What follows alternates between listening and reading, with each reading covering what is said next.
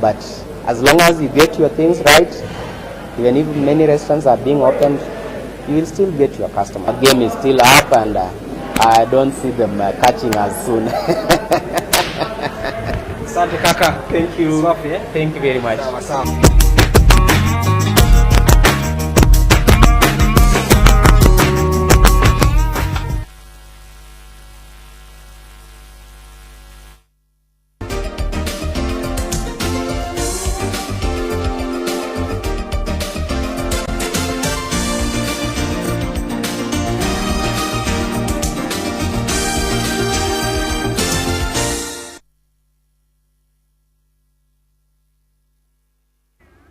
Welcome back to the program, and thank you so much for staying with us. Now we are about to begin our very first interview. Today we are talking about matters innovation, encouraging young people from the education level, right from when they are very young and when their minds are still very active and they are very passionate and have that energy, encouraging that group of people to be innovative and to start coming up with great ideas that can solve the problems that we face in this day and age, because innovation is one of the ways that we can be able to change society, to change the world. And we'll be talking about how we can be able to encourage, more young people to do this. And this is something that, most of the time we've had conversations about the education system and looked at it from a point of how it is encouraging students to pass exams vis-a-vis having life skills that can help them when they come out of the education system. So today it's all about looking beyond just passing exams, looking beyond the academics that go on around the corridors of our schools,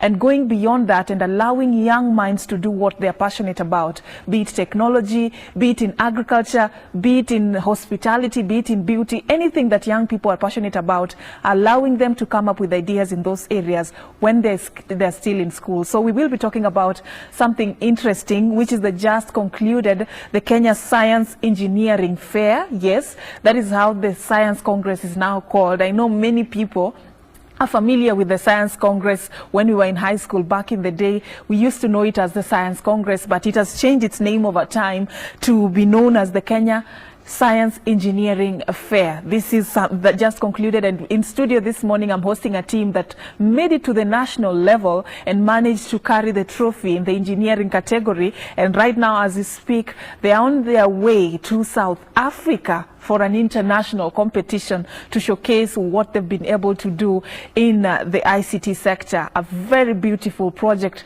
that they've invented all the way from Likuyani sub-county. I'm talking about a group from Eshikulu boys, yes, represented in studio this morning. We have the principal, we have the students themselves. Let me start from directly across to me. That is Waliula Wycliffe Nyongesa, the principal of the school, that is Eshikulu boys. And we have two amazing boys here, big brains. I'll begin from the one in the middle. That's Caleb David. He's in Form 4, joined by his counterpart, Ezekiel Luhanda. Also, these two boys came up with something beautiful that convinced the national judges that this is it in the engineering category. How does it feel, by the way? Let's begin there from the both of you. How does it feel to be the national, heroes when it comes to the engineering category, Ezekiel? Yeah, thank you for this time. You feel nice to be one of the champions. Mm-hmm. You feel the passion of you learning. Despite the learning that you pertain in class, mm-hmm. you feel as if you're also a good person to be in the society, mm-hmm. because you're more innovative. You're not in books alone, but you're also in brain. Outside the classes, you're also doing something better. Mm-hmm. Caleb, you just started, kidogo in school, coming up with that project. You went all the way to the regional level. You went to the national level. Now you're going international. How is the feeling like for you, Caleb?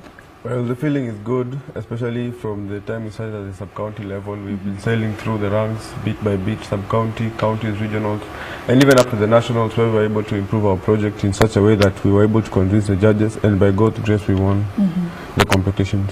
It's a nice feeling, yeah? Yeah, it's good. You're telling me you were competing against about 40 schools in the national category, in your category, engineering? 42 schools. And you made it and you carried the trophy. Wow. Okay. So, Mwalimu, thank you so much for joining us again. Yes, I'll begin by asking you probably what motivated the change of the name. For a very long time, us, You know, in our day, we used to know it as the Science Congress. Sure. Now they've included the aspect of engineering. Probably there must have been something that informed that decision. What are you trying to target, you know, in the education sector with this? Okay. Thank you, Achieng. I will first of all start by introducing myself. Wycliffe Nyongesa Waliaula. I'm the current principal of School Boys. I'm also made up of science. I'm science-oriented. Wow. In fact, from my high school education, I've been passionate about science. And while I was in school, I used to perform very well in the so-called Science Congress by that time. So I've been encouraging my students, even my former station where I was before I came to Eshikulu, 3 times they made it to the national level. 3 times? 3 times they made it to the national level for Science Congress. Now when I came to Eshikulu 2016, I also picked up, and in 2016 they went up to national level. Now this year we have made it to international level. Congratulations to that. Let me come back to your question. Congratulations. Thank you. To that, yeah. I'll come back to your question. You know, initially we used to call it Science Congress, but a time came when we feel like we should make it have an international name. Okay. So that's why they changed it to Science Engineering Fair, so that it can pick up in the national level. So we have groups which win in Kenya. Some go to America, some go to South Africa to compete with other brain in the world. And through that, that's why we changed the name, so that it can take the international level. International appeal. Yes. For me, nowadays, engineering, you only interacted with it when you got to university. Yes. Right now, you start interacting with, you know, areas like engineering in high school. I think a lot is happening in the education sector in a good direction, yeah, if you may ask me. Let's talk a bit about your project, yes? Because we want to know more about what you guys did and why you earned and deserved, you know, this position that many people coveted to be at the international scene. Tell us a bit about your project. It's a mobile security app. Assuming I'm a judge and you want to convince me the way you did from the sub-county to the national level, you want to talk to me about this app. You know, tell me a bit about the nature of your project and what problem in society is it targeting to solve. And both of you will chip in because it was a group, you know. Let me start with you, Ezekiel. Okay, currently we know in Kenya that we are having 4 big plans. One of them is affordable housing. Yes. So as the country is focusing towards affordable housing, we came up with a system that could help regulate the issue of insecurity. We are aware that CCTVs are there in the market. There are motion sensors, distance sensors. At times we have watchmen who are employed to be manual, working in maybe institutions to guard the institution. But at times they fall asleep and robbers might just break into and go away with the stuff. But now we came up with an idea. How can we solve this problem? Makio, if someone is away from his home, maybe, for instance, you're here, maybe your home is being broken into, you're lacking someone to guard there, or you're lacking the amount to buy the CCTV. How can you regulate these? So we used an old phone motherboard where we took one of the pins and we decided to put there a toggle pin. So this toggle pin is connected to the old phone motherboard, which is connected to some Arduinos and sensors.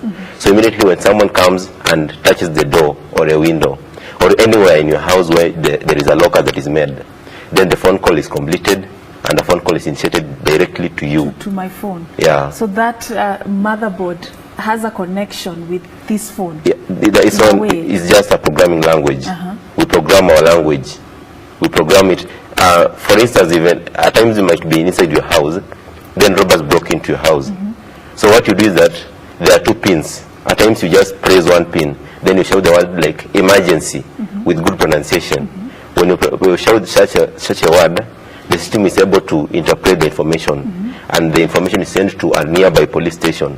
So they might come very fast, or the neighbors around.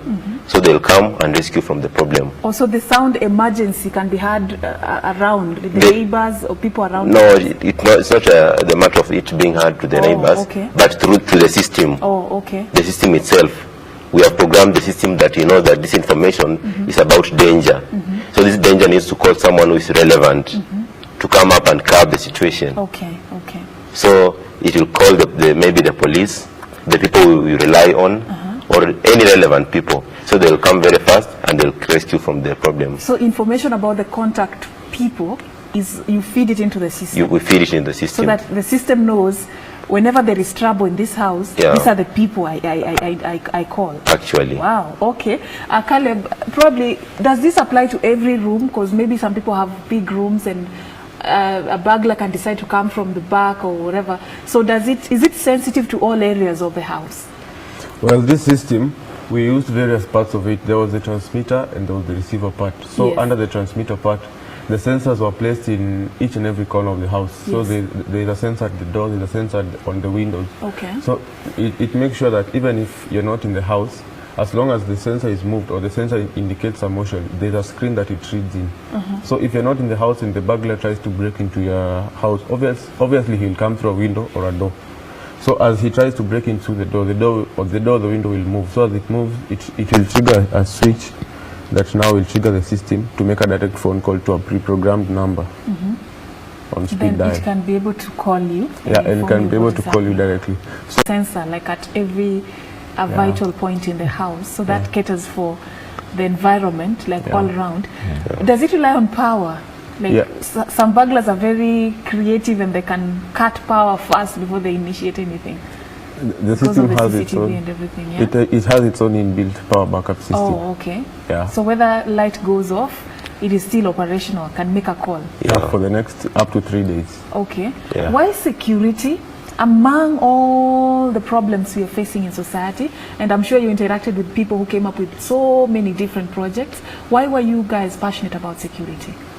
Okay. You know, security is one of the biggest ideas that we need currently in our country. Look, for instance, people working in institutions. People are being conducting something like corruptions. There are times when you hear that one of the civil servants has lost his car. He has come and packed his car and it has gone away, man as him knowing. You go into the agricultural sector, maybe sugar is being bribed. There are some bags of sugar that are being taken away, man as the people not knowing. So we are trying to link all these sectors